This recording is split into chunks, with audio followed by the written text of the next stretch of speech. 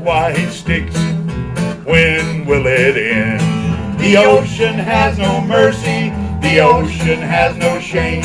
We can plant our crosses on the beach, give each one a name. Crosses like soldiers stuck there in the sand, as the ocean claims her bounty in near and far off land.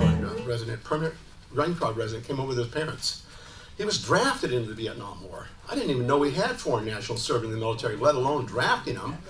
They have been drafted in every single war since the Civil War. Our Civil War, World War I, World War II, World War III, Korea, and Vietnam. They stopped drafting in Vietnam.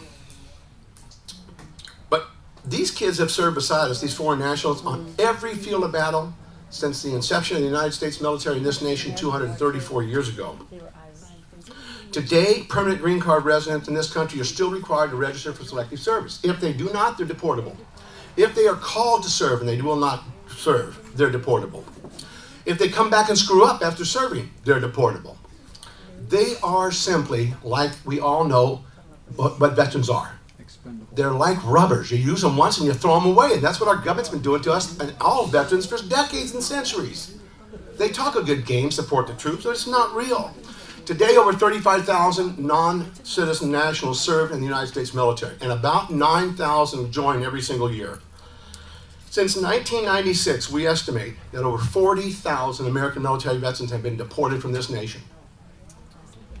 I don't know about you guys, but as a veteran, I'm appalled that somebody who I could serve with, who took the oath to protect and defend, and who got an honorable discharge, who came out and made mistakes, is now deportable? For me, it's a Semper Fi issue. You don't leave anyone behind. We were all taught that.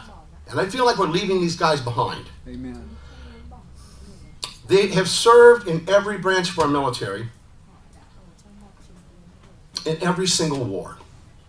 The ones who are deported now are Vietnam veterans all the way forward to Iraq and Afghanistan veterans. And don't you think they're not? I've got a file here, and we've got so many of these kids inside and outside the country, from Jose Roberto Martinez Segovia. He's being held in jail right now. He's an Iraq vet, one tour, United States Marine Corps, facing deportation, analyzed by the Long Beach Veterans Administration with post-traumatic stress disorder. Do you think his crimes maybe had something to do with his military service? Of course. Do you think he should get a break? I as hell do. But I guess why should I be surprised? We all know the history of this nation. We lied and broke treaties and promises to the American Indians and to veterans. I mean, veterans know about broken promises. The bonus marches in Washington, D.C. The nuclear veterans. There's post-traumatic stress disorder that we all had to fight for. There's Agent Orange that we had to fight for and still are fighting for justice for the victims in this country and in Vietnam 40 years later.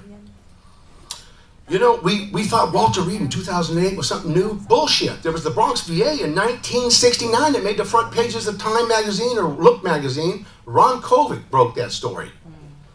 What's next? What's the big next issue? It's depleted uranium. That's what's going to affect them in the future. The lies and broken promises of our government continue to this day unabated. Banishment of veterans or banishment of anybody from their nation is one of the most harshest of penalties. It affects families, friends, relatives, children, the whole gamut. You take a father or a mother away from their family, you've lost that income. Socrates, rather than face banishment, he committed suicide. I don't understand this. I'm just blown over. Fernando Cervantes, the United States Marine Corps vet, was just deported last year. He was out in El Centro. We worked on his case.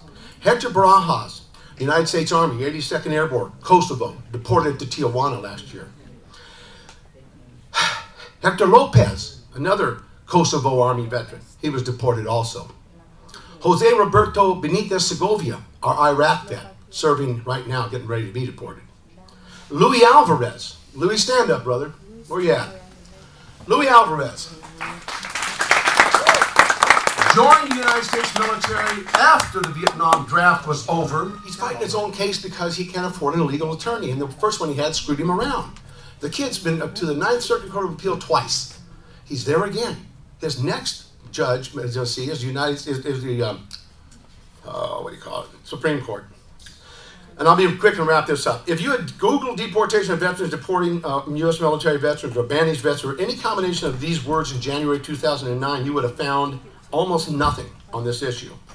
But with the guidance and assistance of our criminal defense immigration attorney, Heather Boxes in San Diego, we have done this in the last year.